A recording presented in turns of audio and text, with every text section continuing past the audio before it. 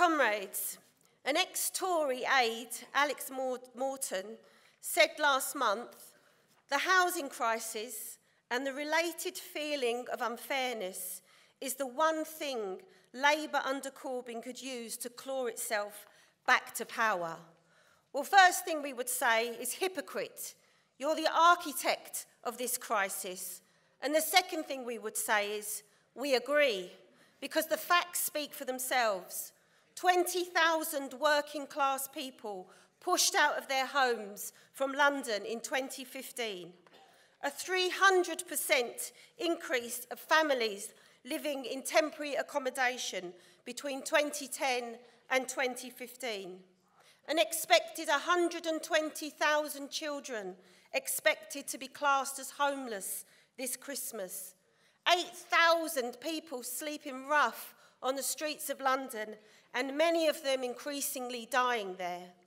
But how is it felt?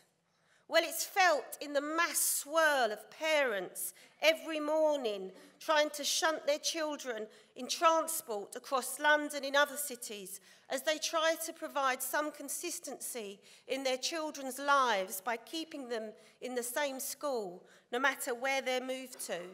It's felt in the tired faces of the commuters every morning and every night as people have to move further and further away from their homes to find housing.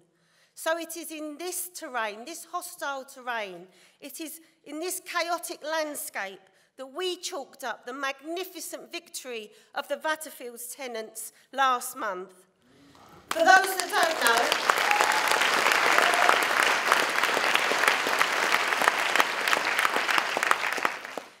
that don't know, an aggressive property developer bought 63 flats in a London street with the intention of evicting the tenants and making £100,000 profit on each flat.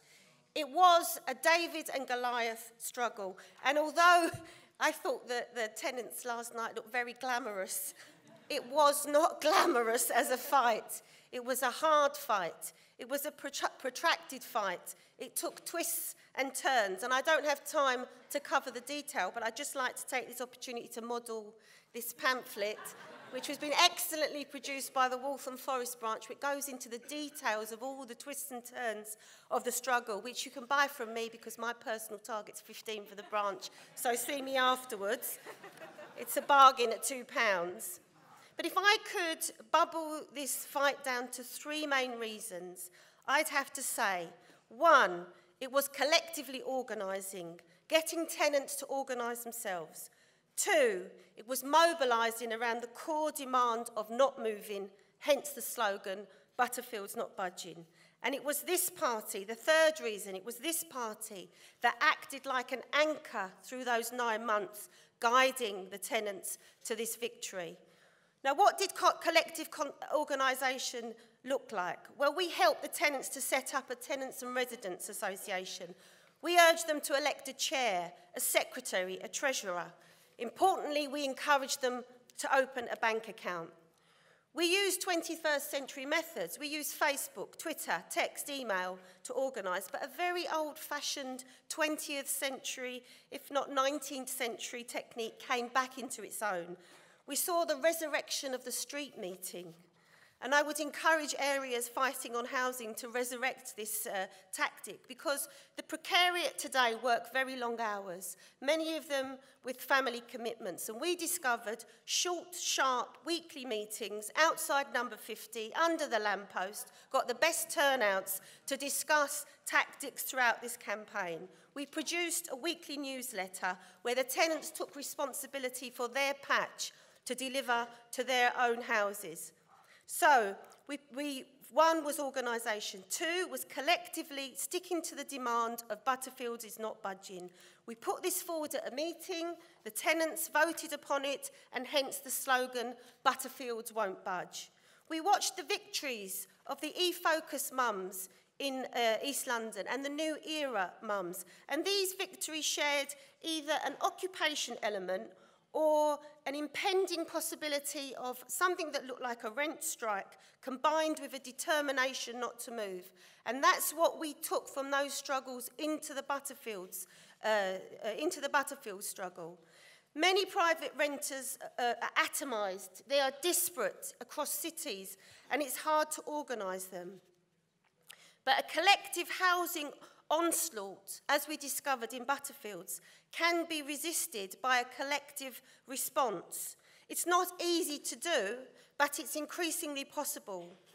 The landlords thought people would be terrorised, that they'd just go, and some did.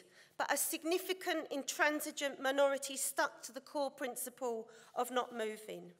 And just before we won, I remember going to see Mohammed, who was a courier, an Algerian worker, and we were facing the bailiffs. He was the first one to face the bailiffs, and I remember talking to him in his kitchen on a Friday night, and I was quite nervous about painting the possibilities of what the bailiffs represented. We were talking about, surreally, we were talking about how we were going to block the back door, what we were going to do in the street.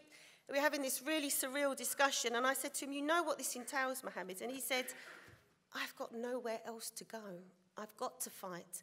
And really, that was the essence of what won this dispute. We never had to do that for Mohammed because we won. Now, Butterfields was a microcosm of the world. We had Lithuanian, Polish, Turkish, Italian. We had gay couples, the elderly, families with young children. And all this receded as we united to defend their homes. So the essence of these lessons can't be blanketly applied, but there are features that can. The Socialist Party has set up a campaign called Can't Pay, Will Stay, I'm Not Moving. And it's really been set up as a response to the attacks in the housing bill. Some features have been stalled by Brexit, but other areas there's been an intensification. We're receiving calls all the time from people who want to know how we did it. Whole swathes of this country now have gone over to housing stock. There are mass privatisations that have gone on over to housing associations. We've seen student accommodation have eye-watering rent rises, as Zoe just explained. And the elements of the lessons of Butterfields are increasingly going to be applied in other areas of the country.